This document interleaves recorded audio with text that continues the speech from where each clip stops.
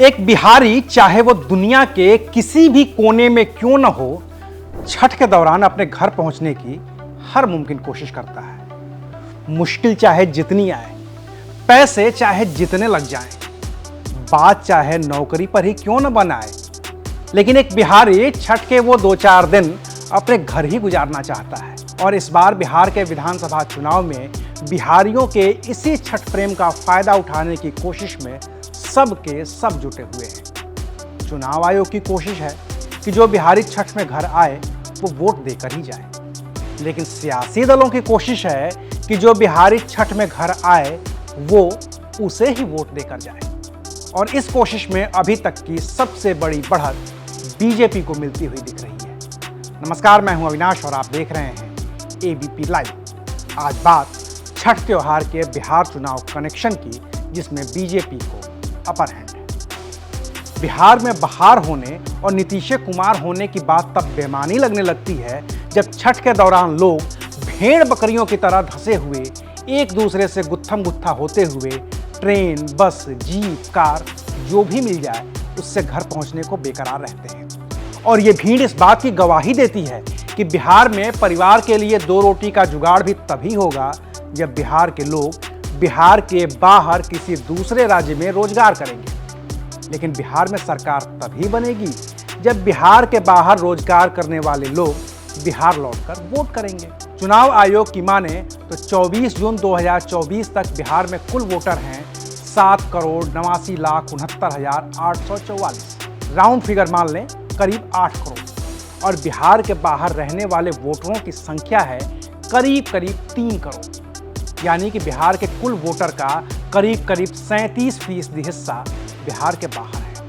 और ये वो आंकड़ा है जो अगर किसी को एक मुश्त वोट दे दे तो उसकी सरकार बननी तय है। लिहाजा बीजेपी की नज़र इन सभी 3 करोड़ वोटर पर है जो देश के अलग अलग राज्यों में मौजूद हैं। और इसके लिए बीजेपी ने करीब 150 नेताओं की टीम बनाई है जो इन प्रवासी वोटरों को न सिर्फ चुनाव के दौरान बिहार आने के लिए प्रेरित करेगी, बल्कि कोशिश इस बात की भी है कि ये वोटर बीजेपी को ही वोट करें। इस काम की जिम्मेदारी मिली है बीजेपी के राष्ट्रीय महासचिव तरुण चुग और दुष्यंत गौतम को, जो बिहार बीजेपी के अध्यक्ष दिलीप जायसवाल के साथ मिलकर उन परिवारों की पहचान कर रहे हैं जो बिहार से बाहर हैं। बीजेपी नेताओं की ये टीम बिहार विधानसभा चुनाव का प्रचार बिहार में न करके देश के अलग अलग राज्यों के उन जिलों में करेगी जहां बिहार के ये वोटर मौजूद हैं। बीजेपी की कोशिश है कि उसके नेता कम से कम एक बार व्यक्तिगत तौर पर ऐसे वोटर से मुलाकात करें और उसके बाद फोन करके उन्हें बिहार आने और बीजेपी के लिए वोट डालने को कहें। मीडिया रिपोर्ट्स तो यहां तक कहती हैं कि बीजेपी ने बाकायदा सवालों की एक लिस्ट भी तैयार कर ली है और उन सवालों के जरिए बीजेपी समर्थकों की अलग से पहचान की भी कोशिश कर रही है। बाकी केंद्र में बीजेपी की सरकार है और बिहार में बीजेपी समर्थित सरकार है, तो इन वोटरों को देश के अलग अलग हिस्सों से बिहार वापस लाने के लिए रेलवे की जो सहूलियत हो सकती है, उम्मीद है कि केंद्र के निर्देश में उसे भी पूरा किया जाएगा ताकि प्रवासी वोटरों को बिहार आने में कोई दिक्कत ना हो। हालांकि सब कुछ चुनाव आयोग के बिहार चुनाव की तारीखों के ऐलान पर निर्भर है कि बिहार में चुनाव कब होंगे और चुनावी तारीख से छठ पूजा की तारीख में कितना अंतर आएगा। साल 2020 में बिहार में 3 चरणों में चुनाव हुए थे, 28 अक्टूबर, 3 नवंबर और 7 नवंबर, जबकि छठ पूजा वोटिंग खत्म होने के 10 दिन बाद थी।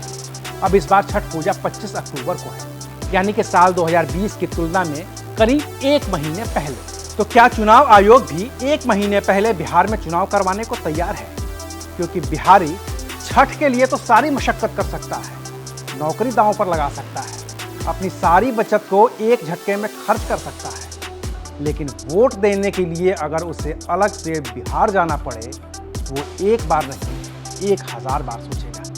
ऐसे में अगर चुनाव छठ के वक्त नहीं होते तो बीजेपी के सारे किए कराए पर पानी भी फिर सकता है। अभी के लिए शुक्रिया। आप देख रहे थे एबीपी लाइव।